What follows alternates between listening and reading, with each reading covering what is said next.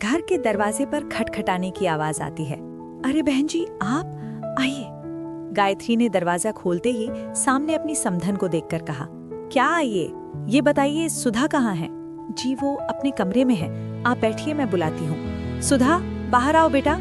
माँ, अरे आंटी जी आप, नमस्ते। सुधा ने हाथ जोड़ते हुए कहा। नमस्ते छोड़ो, ये बताओ तुम्हारा मोबाइल फोन स्विच ऑफ क्यों है? जी वो क्या? मेरा बेटा अनुराग तुम्हें फोन कर रहा है और तुम फोन बंद करके बैठी हो। वो तुमसे बहुत नाराज है। ऐसा क्या कह दिया तुमने उसे कि वो मुझ पर ही गुस्सा हो रहा है?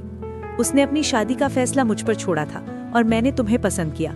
सगाई और शादी में इतना गैप इसलिए रखा ताकि तुम दोनों एक दूसरे को समझ सको, लेकिन तुम बच्चों को ये बात समझ ही नहीं आती। अब शादी में सिर्फ 1 महीना बचा है, रिश्तेदारों में न्योते बढ़ चुके हैं और आज अनुराग मुझसे कह रहा है, कैसी अनपढ़ गंवार लड़की से मेरी शादी फिक्स कर दी आपने। तुम तो पढ़ी लिखी हो सुधा, कुछ भी बोलने से पहले सोचना चाहिए था तुम्हें। खैर, जो भी हुआ, अभी के अभी अनुराग को फोन लगाओ और एक बार सॉरी बोलकर बात खत्म करो। सुधा ने हिम्मत जुटाते हुए कहा। जी सॉरी, मैं सॉरी नहीं बोलूंगी आंटी जी। क्या? मगर क्यों? अरे बेटा, शादी के रिश्ते में बंधने जा रही हो, तुम्हें समझदारी दिखानी होगी, बीना देवी ने समझाते हुए कहा। जब मैंने कोई गलती की ही नहीं तो सॉरी क्यों बोलूं? सुधा ने धीमे स्वर में कहा। गलती नहीं की? अच्छा, तो फिर अनुराग ऐसी बात क्यों कर रहा है? देखो बेटा, लड़कियों में इतनी अकड़ अच्छी नहीं होती, समझी? चलो जर अभी उसे फोन लगाओ, बीना देवी ने थोड़ी ऊंची आवाज में कहा। आंटी जी, अनुराग मुझसे मेरी न्यूड फोटो मांग रहा है, अजीब अजीब बातें कर रहा है। मैंने उसे समझाया कि ये गलत है, लेकिन वो जिद पर अड़ गया, इसलिए मैंने फोन स्विच ऑफ कर दिया। मैंने सोचा शायद उसका ये फितूर उतर जाएगा, मगर पता नहीं उसने आपसे क्या कहा, लेकिन सच यही है।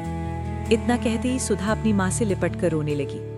बीना देवी ने थोड़ी असहजता से कहा, गायत्री बहन, अब आप ही इसे कुछ समझाइए।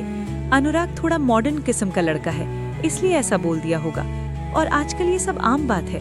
गायत्री देवी ने गहरी सांस ली और दृढ़ स्वर में कहा, बहन जी, अच्छा हुआ आपने सगाई और शादी के बीच समय रखा, ताकि ये दोनों एक दूसरे को समझ सकें। हम आपके बेटे को समझ गए और उम्मीद है आप भी मेरी बेटी को समझ गई होंगी। नमस्ते। हमारी तरफ से ये रिश्ता यहीं खत्म होता है। ये सुनकर बीना देवी घबरा गईं। अरे बहन जी, ऐसे कैसे? हमारी इज्जत मिट्टी में मिल जाएगी। शादी के कार्ड बट चुके हैं, रिश्तेदारों को पता है। अगर शादी नहीं हुई तो बहुत बेइज्जती होगी। गायत्री देवी ने शांत लेकिन सख्त आवाज में कहा। इज्जत?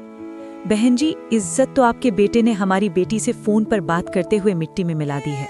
अगर आप यहाँ आने से पहले उसे 2 थप्पड़ मारकर खुद इस रिश्ते से मना करती तो मेरी नजरों में आपकी इज्जत और बढ़ जाती, लेकिन आप तो उसकी गलतियों का बचाव कर रही हैं। खैर, मुझे ऐसे घर परिवार और ऐसे लड़के के साथ अपनी इज्जतदार बेटी का रिश्ता नहीं करना।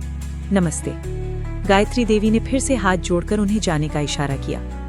दरवाजा बंद होते ही गायत्री देवी ने अपनी साहसी बेटी को बाहों में भर लिया।